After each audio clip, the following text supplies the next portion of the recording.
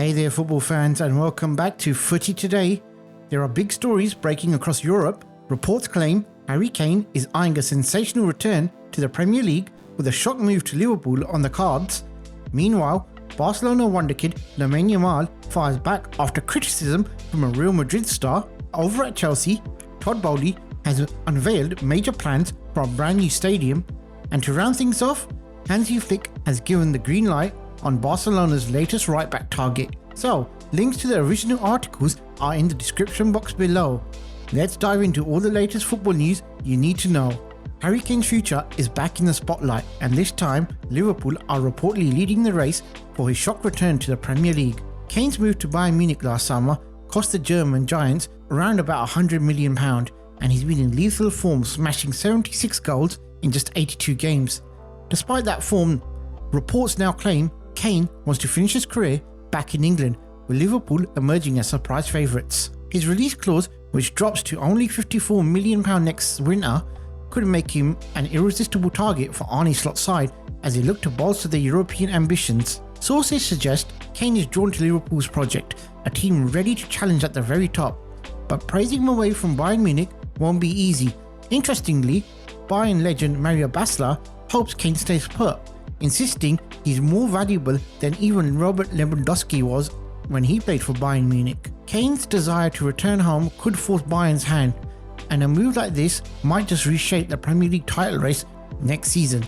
Would Kane really trade the Bundesliga dominance for one last shot at the Premier League glory? And could Liverpool be the perfect fit? Moving on, Spain edged past the Netherlands in a dramatic Nations League quarter-final, winning on penalties after a 5-all aggregate thriller despite Yamal missing his spot kick. The 17-year-old had earlier scored in extra time, capping off a much improved display following Van der Vaart's harsh criticism after the first leg. The Dutch pundit accused Yamal of showing a poor attitude, pointing to his body language and claiming he'd been kept quiet by defender Gerald Hato. But with Hato suspended for the second leg, Yamal made his mark and later fired back on Instagram with a cheeky post aimed directly at Van der Vaart.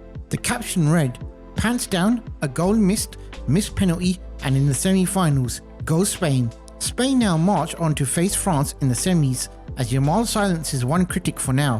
Still, it raises the question, is Yamal's fiery response a sign of growing confidence, or could it fuel even more scrutiny as the pressure builds? Our next story? Speaking in Hong Kong, Todd Boehly floated the idea of a brand new multi-purpose arena similar to Spurs, but has admitted building anything inside London is far from simple. He suggested that stadium plans could ultimately force a split between the club's ownership group if they can't agree on the long-term vision. While much has been made of tension between Clear Lake Capital, Boehly insists most of that is overblown except when it comes to the stadium project. Interestingly, he also tied the conversation to the growing global demand for elite sporting venues, hinting Chelsea could play a role in hosting major events beyond football.